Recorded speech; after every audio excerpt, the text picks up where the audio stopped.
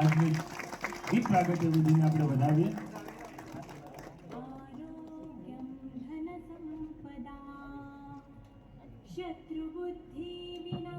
ફરીથી એકવાર જોરદાર તાળીઓથી આજના કાર્યક્રમને આપણે દીપાવીએ, વધાવીએ. આજના કાર્યક્રમની દીપ પ્રાગટ્ય વિધિથી ભગવાનને યાદ કરીને કાર્યક્રમની શુભ શરૂઆત કરવી છે. ત્યારે ફરીથી તમામ મહાનુભાવોનો હૃદયથી આભાર વ્યક્ત કરીએ. શંખનાદ સાથે આજની કાર્યક્રમની શરૂઆત કરીએ. અમે હરિકૃષ્ણ પરિવારમાં કોઈ પણ કાર્યક્રમની શરૂઆત કરતા હોય ત્યારે શંખનાદથી કરતા હોઈએ. આજે પણ કાર્યક્રમની શુભ શરૂઆત શંખનાદ કરીને આપણે સૌ શંખ પણ એક પીટીનો જ ભાગ છે, તો શંખનાદથી આજના કાર્યક્રમની શરૂઆત કરીએ. જોરદાર તાળીઓથી વધાવીએ.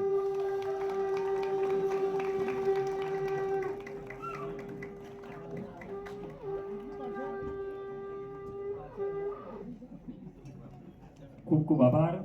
શોર્ટ નોટિસમાં બધા અહીંયા પધાર્યા અને જેના લીધે પધાર્યા છો એ આજે આપણી સાથે હાજર નથી. મીટિંગમાં સ્વાગત છે. કોઈ પણ કામની શરૂઆત કરવી એ પહેલા ઇમ્પોર્ટન્ટ હોય છે. આજે એક શરૂઆત કામની બહુ પોઝિટિવ થઈ ગઈ. આપણે શરૂઆત બહુ સારી એટલી શક્તિ છે. અમે દેના દાતા શંખનાદથી આપણે કામની શરૂઆત કરી છે અને એક શરૂઆત એ એક વિઝનથી થઈ છે. આપણે કામની કે મીટિંગ કરીએ પણ એને બહાર નીકળીને ભૂલી જતા હોય છે, પણ આ એક ફાઉન્ડેશન દ્વારા એવું કામ કરવા જઈ રહ્યા છે એક વિઝન સાથે, અને એ વિઝન એક લોંગ ટર્મનું વિઝન છે. આપણે કોઈ પણ તૈયારી કરવી હોય કે ઓલિમ્પિકની તૈયારી કરવાની હોય કે એશિયન ગેમ્સની તૈયારી કરે, કોમનવેલ્થની ગેમની તૈયારી કરવી હોય તો એ ખેલાડીને કમસે કમ 5 થી 10 વર્ષનો પીરિયડ હોય છે. અને આપણે આ જે વિઝન માટે જે ટાઈમ ચૂઝ કરી છે પણ એ પણ પરફેક્ટ છે, હું એવું માનું છું. તો સૌ વ્યાયામ શિક્ષક મિત્રો અહીંયા આ ટીમમાં લગભગ કંઈ ખૂટતું નથી, બધા જ છે.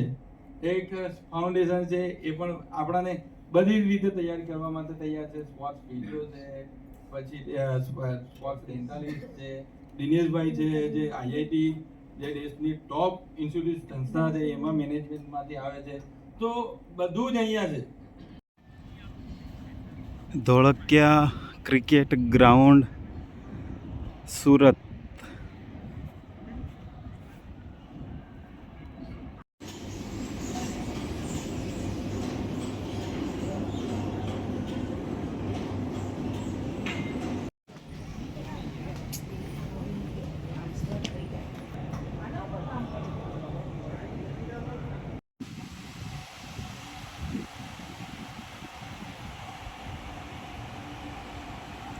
ધોળકિયા એક્સપોર્ટ્સ.